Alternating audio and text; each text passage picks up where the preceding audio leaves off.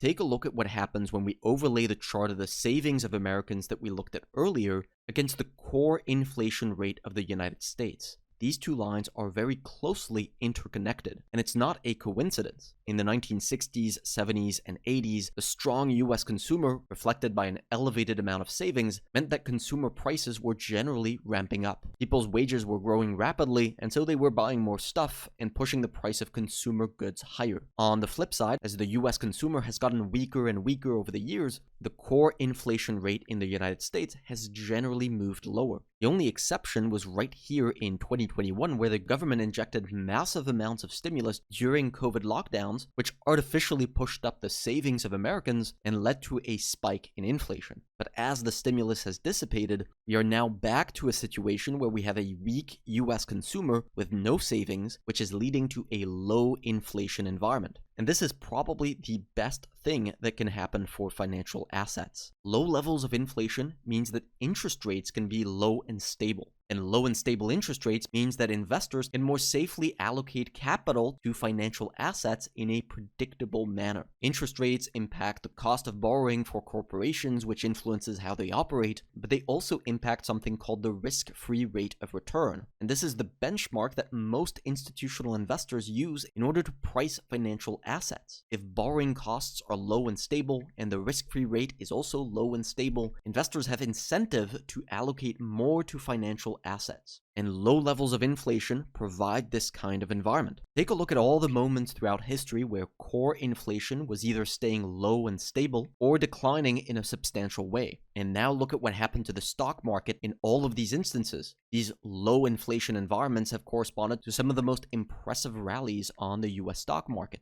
And the last couple of years have been no different. Now, by this point in the video, you might be confused. Shouldn't stock market investors prefer to see a thriving US consumer rather than just seeing favorable financial conditions in order to allocate capital? Well, the answer to that is a resounding no. They would much rather see favorable financial conditions than a strong consumer. Since the 7th of April, the stock market has posted a 30% gain in just 3 months. For comparison, it took 14 years for the S&P 500 to climb by 30% between 1966 and 1980, and it took 15 years for it to post a 30% gain between 1998 and 2013. We've just witnessed one of the strongest stock market rallies in US history. At the same time as this is happening, 60% of Americans are now living paycheck to paycheck, and more than 1 in 3 Americans have zero retirement savings. Money has been flowing directly from the real economy into financial assets at the fastest pace in history, and as I'm going to show you,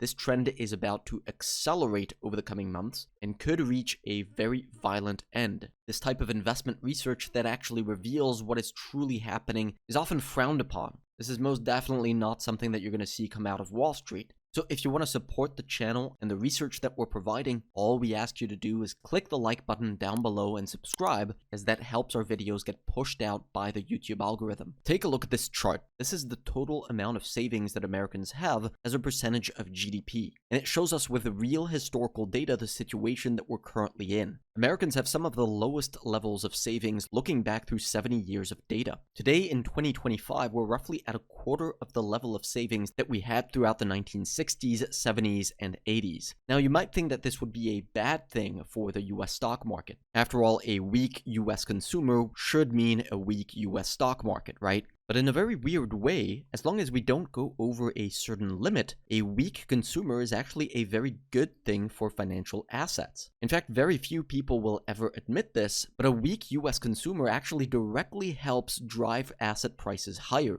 Firstly, let's not forget that around 40% of the S&P 500's revenues come from international markets. US corporations today are very much diversified away from US households and are exposed to rapidly growing emerging markets. Secondly, the composition of the US stock market has become heavily tilted towards a handful of large cap technology companies that are not directly correlated to consumer spending. The result is that while stock market investors do watch the strength of the US consumer, it's definitely not the most important factor that they take into account when they're allocating. The stability of interest rates is much more relevant, and the conditions that we have today are ideal for investors to allocate more capital towards financial assets in the coming months. This right here is an index called the MOVE Index. It essentially measures the volatility of the bond market, or in other words, the stability of interest rates. Higher readings on this index correspond to unstable conditions, while lower readings correspond to very stable conditions in the bond market. Now, the MOVE index is still at quite high levels today compared to where it was before the pandemic. If we overlay the rate of core inflation on top of the MOVE index,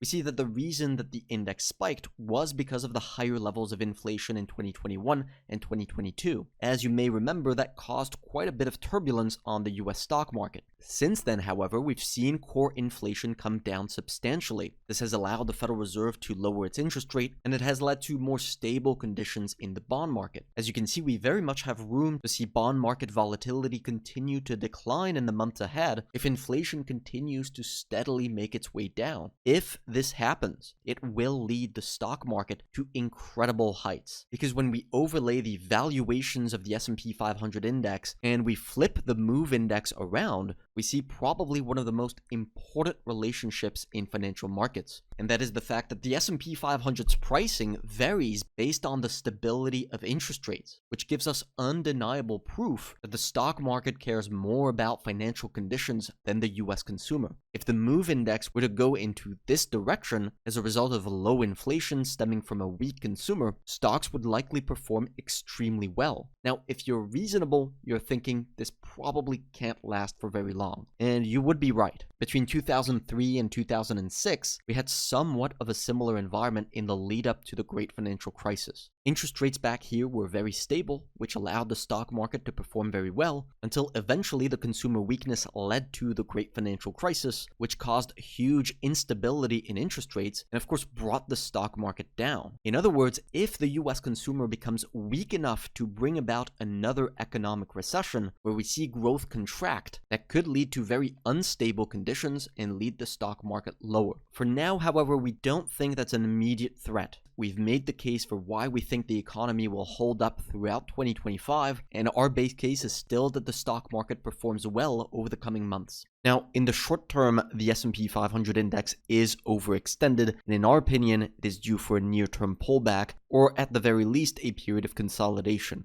We are still holding bets like Bitcoin, Supermicrocomputer, Toast that are all up double digits since we initiated these trades, but we're not looking to increase our exposure to the US stock market until we get some turbulence. Our strategy right now instead is to increase our exposure to gold, especially gold miners, that we think could have a lot of upside just over the course of the coming weeks. If you want to have access to all of our trades, our entire strategy, make sure you click the link down below and sign up to our service. Thank you for watching.